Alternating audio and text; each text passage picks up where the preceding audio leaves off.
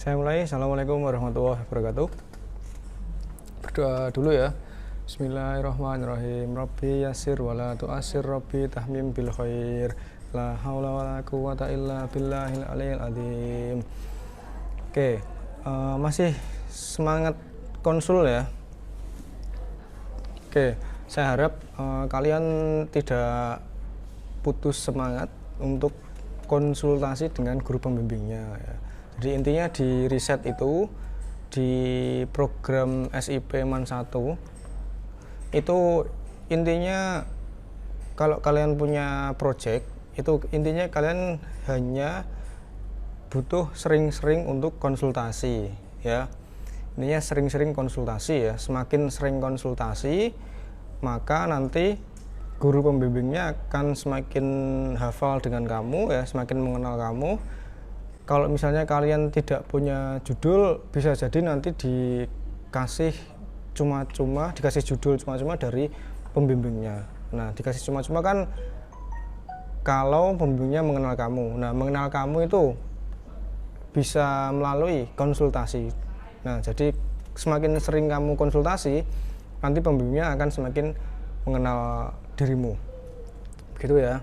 Nah, terus ada yang tanya, Pak, kenapa kok saya konsultasi judul saya tidak pernah diterima, ditolak terus misalnya.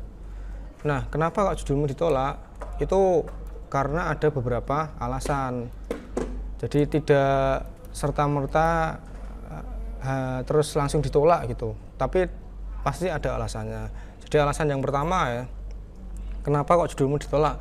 Itu biasanya karena judul yang kamu ajukan itu sudah ada, sudah pernah dibuat oleh orang lain, sehingga ya tidak boleh, kalian harus menginovasikan lagi judul yang kalian buat tadi gitu.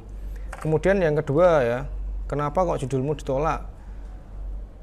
Itu biasanya pembimbing itu melihat peluang kira-kira project yang kamu ajukan itu memungkinkan atau tidak untuk direalisasikan.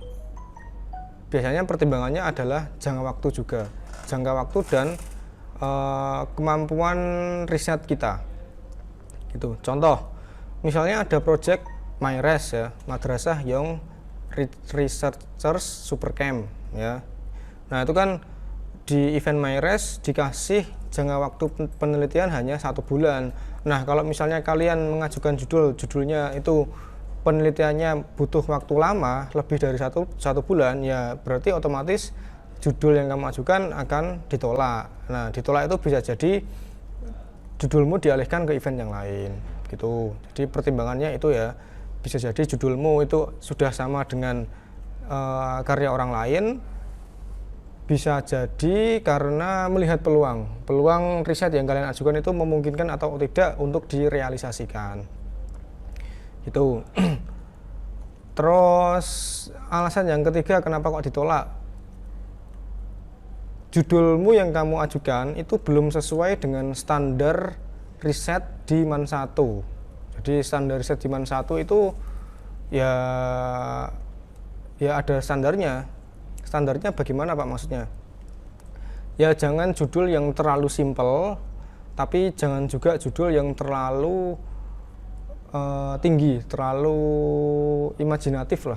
Contoh, misalnya ada yang mengajukan judul robot miniatur tangan ya, robot lengan manusia, tiruan lengan maksudnya, tapi kendalinya menggunakan otak manusia. Nah, itu kan judulnya bagus sekali, tapi keduburan. Nah, keduburan. Jadi alat yang semacam itu susah sekali untuk direalisasikan, sehingga judulmu tertolak.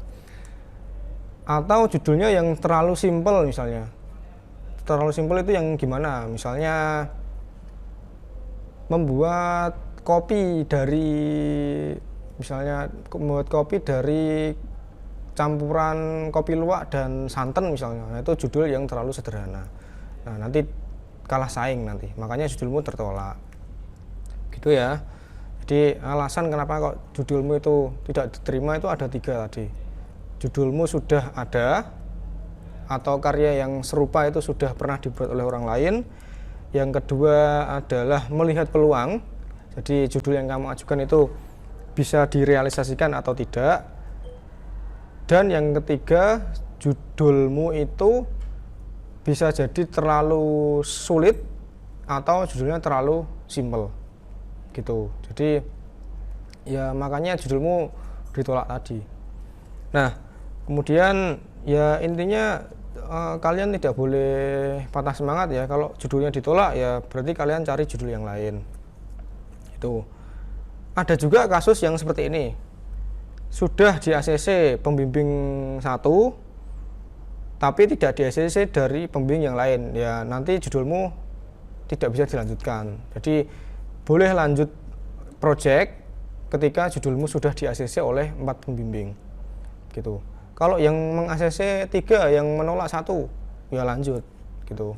Pokoknya harus lebih banyak yang meng-ACC daripada yang tidak ACC. Kalau sama gimana Pak? 2 ACC, 2 tidak, terus gimana? Ya sekarang itu tinggal kamu sendiri. Kamu bisa mempertahankan judulmu atau tidak di depan pembimbingnya. Gitu. Semoga dipahami ya. Semoga dipahami. Saya ingatkan di risetship itu intinya hanya kalian harus sering-sering konsultasi. Jangan hanya diem saja menunggu perintah. Jangan seperti itu. Jadi sering-sering konsultasi, konsul terus seperti itu. Kalau misalnya konsul ngechat gurunya kok tidak dibalas, tidak apa-apa, tunggu 1 hari kemudian chat lagi gurunya. Gitu. Begitu, semoga dipahami. Saya akhiri. Wassalamualaikum warahmatullahi wabarakatuh.